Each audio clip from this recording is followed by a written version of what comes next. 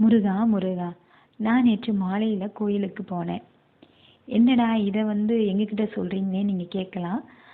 என்ன தனியா உட்கார்ந்துட்டு இருக்கிறப்போ எனக்கு தோணுச்சு. இதுவரை வாழ்க்கையில கடந்து வந்த பாதையெல்லாம் யோசிச்சுட்டு உட்கார்ந்துட்டு இருந்தேன். நமக்கு நிறைய விஷயங்கள் பிடிச்சிருந்திருக்கும். நம்ம கூட இருந்தவங்க ரொம்ப பிடிச்சவங்களா இருப்பாங்க. அவங்கள மிஸ் பண்ணியிருப்போம். அதே நேரத்துல நமக்கு பிடிக்காதவங்களா இருந்திருப்பாங்க. அவங்கள ஏன்டா பார்க்குறோன்னு தோணியிருக்கும். அந்த மாதிரியும் நம்ம வாழ்க்கையில நிறைய விஷயங்கள் நடந்திருக்கும். அதே மாதிரி இப்ப கூட நம்ம பக்கத்துல இருக்கிறவங்க நமக்கு பிடிக்காதவங்களா கூட இருக்கலாம். ஆனா அவங்க கிட்ட தினமும் பேசிக்கிட்டு இருக்கக்கூடிய ஒரு சூழ்நிலையில இருப்போம். இரவு தூங்குறப்போ இவங்கள நமக்கு பிடிக்கல, இவங்க கிட்ட குறை இருக்கு, அதை சொல்லவும் முடியல. ஆனா நம்ம பேச வேண்டிய சூழ்நிலையா இருக்கேன்னு சொல்லிட்டு அதை நினைச்சுக்கிட்டு நம்ம தூங்காம கூட உட்கார்ந்துகிட்டு இருக்கலாம். எனக்கு அந்த மாதிரி பல சம்பவங்கள் நடந்திருக்கு.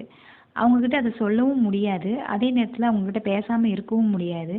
அவங்க குறைய அவங்க கிட்ட சொன்னா அதை கேட்குற அளவுக்கு பொறுமை கூட அவங்க கிட்ட இருக்காது. இந்த மாதிரி சம்பவங்கள்லாம் நம்ம மனசுல ஓடிக்கிட்டே இருக்கும். அப்போ அதனால நம்ம வாழ்க்கையில அடுத்து என்ன செய்யணுங்கிறது கூட தெரியாம அதையே யோசிச்சு தூங்காம உட்கார்ந்துகிட்டு இருப்போம்.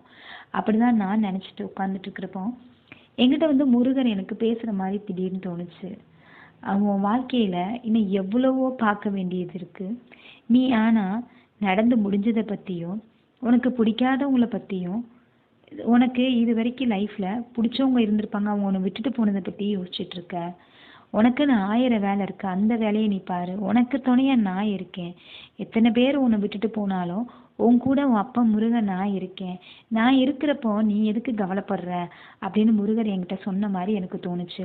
உன் வேலையை பாரு, அது மட்டுமே போதும், நீ எதையும் யோசிச்சுட்டே இருக்காத அப்படின்னு எனக்கு சொல்ற மாதிரி தோணுச்சுங்க. அதே மாதிரி முருகரை கும்பிடுற அத்தனை பேருக்கும் அதை நான் சொல்லணும்னு நினைச்சேன்.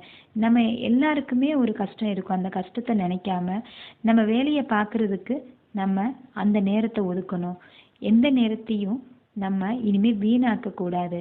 பழசையும் நினைக்க வேண்டாம், நடக்க போறத நினைச்சு கவலைப்பட வேண்டாம். நமக்கு இன்னைக்கு என்ன வேலையோ அந்த வேலையை பார்த்துக்கிட்டு இருக்கலாம். ஏன்னா நம்ம அப்பா முருகன் நமக்கு எப்போதும் துணையா இருப்பாருங்க.